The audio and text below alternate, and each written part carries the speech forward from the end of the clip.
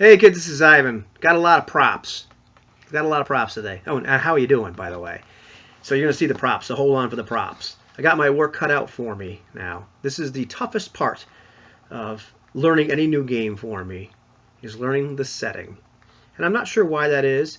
You know, I remember JDRD30 had a video where he talked about the fact that he really, when he got a new game, new setting, he really felt like he had to learn it. And so he was avoiding big giant settings because he had to learn them, and he didn't have that much time anymore.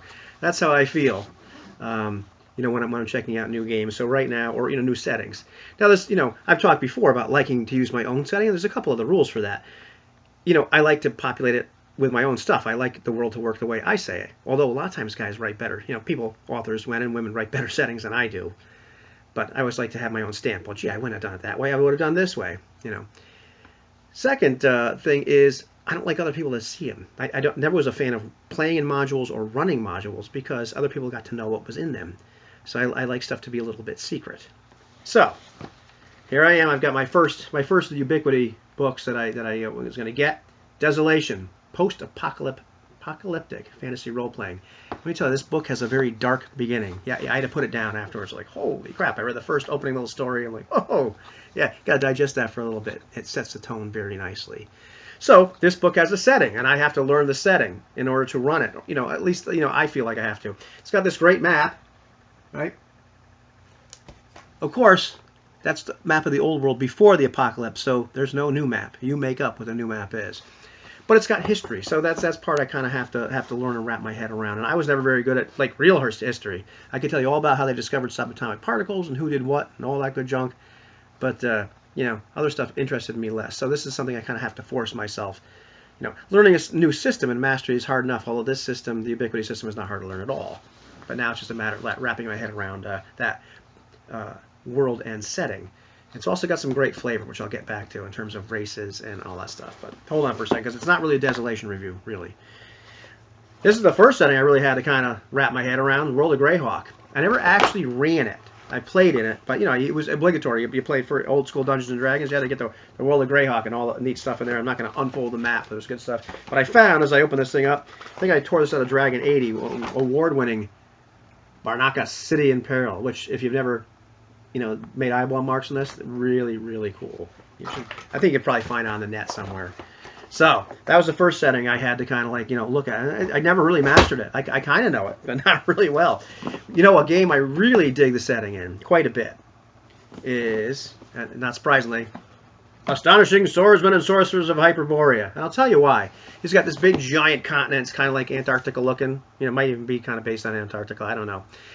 But there's a little gazetteer, I guess is how you say it. Little brief history of Hyperborea, all that stuff. There's various races of humans that are there, and it's a basic, names of areas. But then it's all up to you. So it's very, very open-ended. I dig that kind of setting quite a bit, because instead of having this, various history in this nation, has this kind of thing going on, and there's enemies with that nation, and this despot is, like Greyhawk would have. This is very open-ended. You populate it. They just give you a map. So I dig that quite a bit because I don't have to learn as much because I'm not good at learning that stuff. And I can fill it in any way I want to. So Desolation, really cool backstory. And the history is kind of what you have to learn in a lot of cases because the apocalypse has happened, but it only happened 18 months ago. So your characters and everybody else in the world, even though the world has changed dynamically, perhaps even topographically, they remember it. So you have to kind of know what it was, what the history was. There's also some great flavor in here as far as races are concerned. The elves are not Tolkien's elves. They're very depressed elves. Very dark. Very dark book. But I dig it. And, they have a bunch of, not too many humanoid races in here, but, they all have a very distinct, cool flavor before the apocalypse and after the apocalypse. Even some real oddball races that, you'll have to check them out. But some oddball races that you don't normally have in games like this that are not so over the top, and great monsters too. Not a ton of monsters, but a lot of monsters that are the way they are because of the apocalypse, and some monsters that I'm not gonna tell you what they are, but I was a big fan of Starship Troopers, the book. The movie was okay, but it was just enough. It was ha-has. The book was great. However, There's a set of monsters in there, like, I would bet $5, maybe even $20 that they're inspired by Starship Troopers a little bit.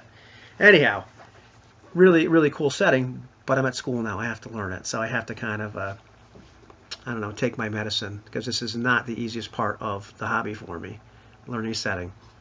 So when you're picking up a new game, new system, whatever, what's the toughest part for you? Learning the system, or no, learning the system is easy for me. I can figure out whether I like it or not. Learning the setting, wrapping my head around that and having a working knowledge of that, that's tough. What about you?